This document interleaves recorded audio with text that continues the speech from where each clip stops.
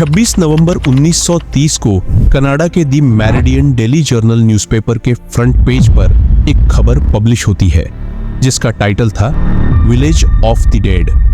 इस खबर ने पूरे कनाडा में खौफ की लहर दौड़ा दी, क्योंकि नॉर्थ कनाडा में एक पूरा बस्ती रातों रात बिना किसी निशानात के कहीं गायब हो चुका था। नॉर्थ कनाडा के दूर दराज इलाके में मौजूद यह है एंजीकोनी लेक, जिसके किनारे पर एक छोटी सी बस्ती में एस्किमो नामी ट्राइब रहता था। इसमें करीब 100 से 150 लोग रहते थे जो इस लेक से मछलियां पकड़कर अपना गुजारा करते थे। यह नॉर्थ कनाडा का वह एरिया है जहां हजारों नहीं बल्कि लाखों स्क्वायर किलोमीटर्स के एरिया पर सिर्फ चंद हजार लोग ही बसते हैं, और इसकी वजह है यहां का मौसम। एंजीकोनी लेक में मछलियों के अलावा आसपास के एरिया में दूसरे जानवरों का शिकार भी होता है, और इसके लिए कई शिकारी यहां आते रहते हैं। यह नवंबर 1930 का एक ठंडा तरीन दिन था, जो लिबेल नामी एक शिकारी इस इलाके में शिकार के लिए आया। शिकार में वह इस कदर बिजी हो गया कि उसे पता ही नहीं चला कि कब अंधेरा हो गया। उसके जहन में एक आइडिया था कि वह पहले की तरह लेक एंजीकोनी के किनारे एस्किमो नामी बस्ती में जाकर रात गुजार लेगा। इस बस्ती के लोग बाहर से आए लोगों की खुशामद करने के लिए काफी मशहूर थे। जो लिबेल ने अपना सामान बांधा और एस्किमो की तरफ कदम बढ़ाने लगा। ये एक चांदनी रात थी, लेकिन दूर दूर तक बिल्कुल खामोशी छाई हुई थी। ना ही कोई शख्स नजर आ रहा था और ना ही किसी की आवाज। वो सिर्फ अपने कदमों की आवाज सुन पा रहा था। हालांकि जो पहले भी ऐसा कर चुका था, लेकिन आज कुछ ना कुछ एबनॉर्मल जरूर था। वैसे नॉर्मली वह जब भी उस बस्ती के करीब पहुंचता तो कुत्तों की भौंकने की आवाजें आने लगती थी, जो कि बस्ती वालों ने ही पाल रखे थे। लेकिन आज के दिन बस्ती के करीब पहुंचने पर भी सिर्फ वीरानी और सन्नाटा था। यह सब महसूस करते हुए जो ने अपने कदमों की रफ्तार को बढ़ा दिया। उसको लग रहा था कि शायद गांव वाले सो रहे हैं या फिर कहीं गए हुए हैं। अब दूर से ही वह बस्ती को देख पा रहा था, जिनमें से धुआं उठता हुआ भी दिखाई दे रहा था। लेकिन करीब पहुंचने पर भी उसको किसी की आवाज सुनाई नहीं दी।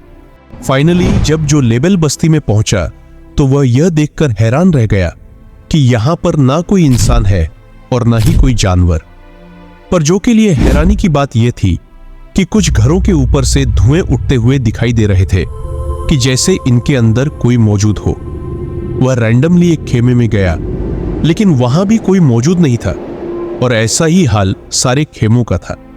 शायद जो लेबल यह सारा मंजर देखा अनदेखा करके वहां से चला जाता, लेकिन एक चीज ऐसी थी जिसने जो को और ज्यादा परेशानी में डाल दिया। कुछ घरों में खाना पकाने वाले बर्तन चूल्हे के ऊपर मौजूद थे, लेकिन उनमें खाना जल चुका था। यहां तक कि बस्ती की औरतें जो कपड़े सिलाई करती थी, वह कपड़े भी वहां मौजूद थे और सुई में धागा भी डला हुआ था। ऐसा मालूम हो रहा था कि शायद बस्ती के लोग अचानक ही यहां से गए हैं, पर आखिर गए कहां? जो लेबल ने पूरी बस्ती की तलाशी लेना शुरू कर दी। उसने देखा कि जो कुत्ते बस्ती वालों ने पाल रखे थे उनके गले में रस्सी बंधी पड़ी थी, लेकिन कुत्ते भूख से मर चुके थे। हालांकि कुत्तों के सामने खाना भी मौजूद था, पर उनको खाना देने वाला कोई इंसान वहां मौजूद नहीं था। एक जगह पर उसको एक कब्र खुदी हुई दिखाई दी। इस कब्र को देखकर ऐसा मालूम हो रहा था कि इसको खोदे हुए ज्यादा टाइम नहीं हुआ होगा।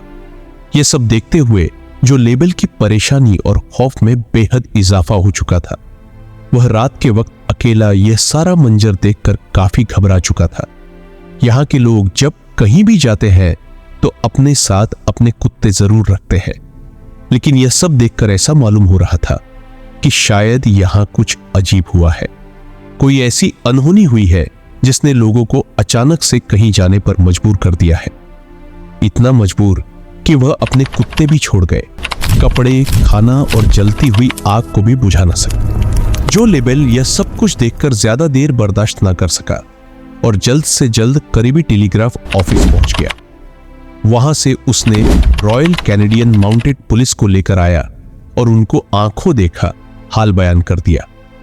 पुलिस जब गांव में पहुंची तो जो लिबेल ने जो कुछ बताया था वह सब कुछ सच साबित हुआ। पुलिस को शक हुआ कि शायद यहां किसी ने हमला किया है और बस्ती के सारे लोगों को मार दिया है। लेकिन अगर ऐसा होता तो बस्ती में कहीं तो खून के निशानात मिलते। खून न मिलता तो मारधाड़ की वजह से कुछ सामान ही बिखरा होता। पुलिस ने फौरन गांव वालों को ढूंढने के लिए एक सर्च ऑपरेशन का आगाज कर दिया। इस सर्च ऑपरेशन में एक बहुत ही अनोखी चीज देखने को मिली जो शायद जो ने भी नोटिस नहीं की थी। सारी बस्ती बर्फ से ढकी हुई थी, लेकिन उस बर्फ पर किसी के भी पांव के निशानात नहीं थे। वहां सिर्फ एक ही शख्स के पांव के निशानात थे, और वह जो लेबेल के अपने थे।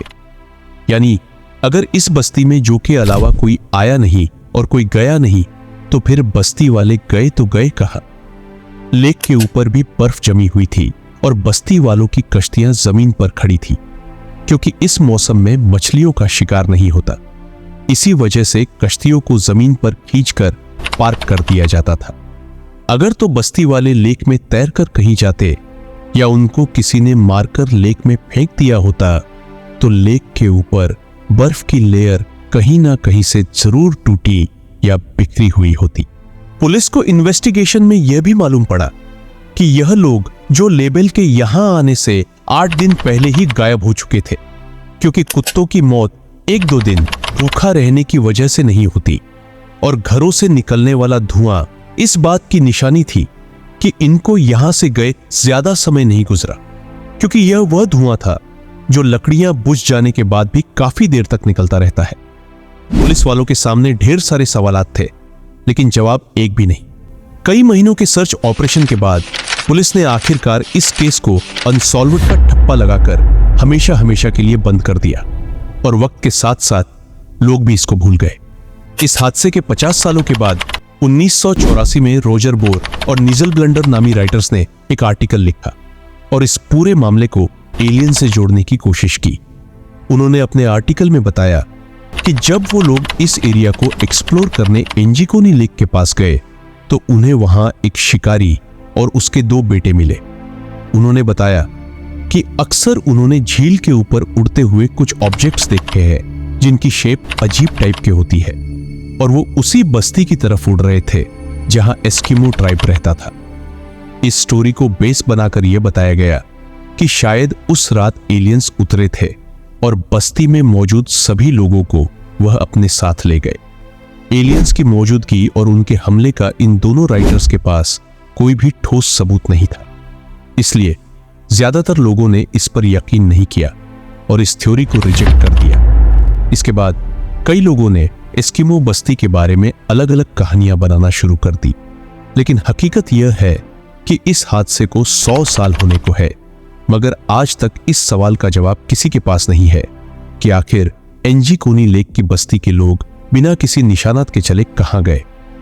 एस्किमो बस्ती के गायब होने का मामला आज तक एक मिस्ट्री बना हुआ है। उम्मीद है हमारी ये वीडियो आप लोग भरपूर लाइक और शेयर करेंगे। आप लोगों के प्यार के लिए बेहद शुक्रिया। मिलते हैं अगली शानदार वीडियो में।